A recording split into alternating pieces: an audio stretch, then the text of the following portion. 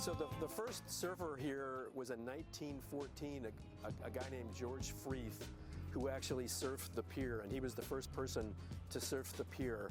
In the 1920s, we had a guy named Duke Kahanamoku, who really is credited with bringing surfing from Hawaii to the mainland, and was the ambassador for surfing for many years until he died in the 60s, and Duke's restaurant is actually named after him.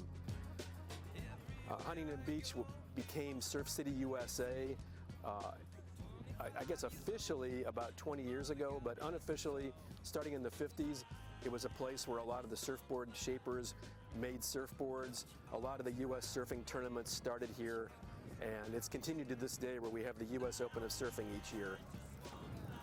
It's changed, Huntington Beach has changed quite a bit, and if you talk to the locals who were here, the city has grown quite a bit since the 1980s, and so our downtown is much more developed.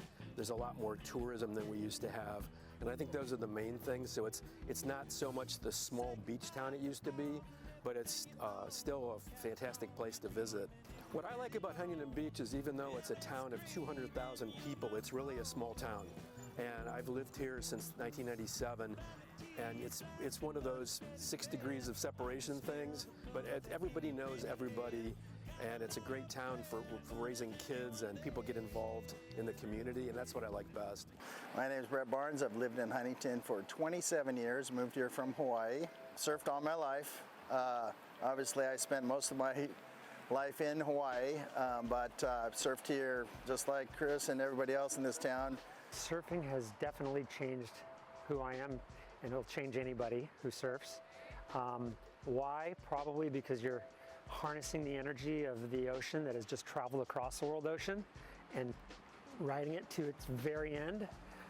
It's humbling in a lot of ways, and if you don't believe in God, go out on a big day and you will believe in God. Do you think this is the best beach to surf at? Without a doubt. It's 8 miles of beach, and the beach contours in and out in different areas. So you'll have different swell directions coming from the south, southwest, north, northwest. And so because we have such a long contoured beach, the swell direction doesn't really matter. We'll always pick up something. So why is it the best beach to surf specifically? Because, and you can ask any of our neighbors, Newport or Seal Beach, because we have so much beach in so many different directions it will capture more swell because it's less crowded. Right now, north side is so crowded. Did you see how many people are out there? Everybody's dropping in on everybody, snaking everybody. So here, south side, waves are almost as good, and there's nobody out. Well, one word, that's a tough one, but I would say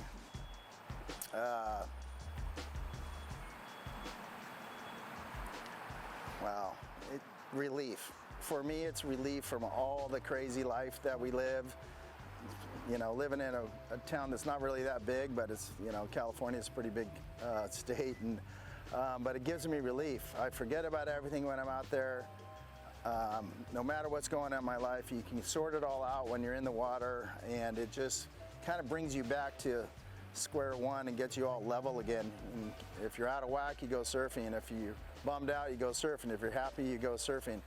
Every time you come out of the water and you're just refreshed and ready to go, and it really just clears everything up and gets you back to center.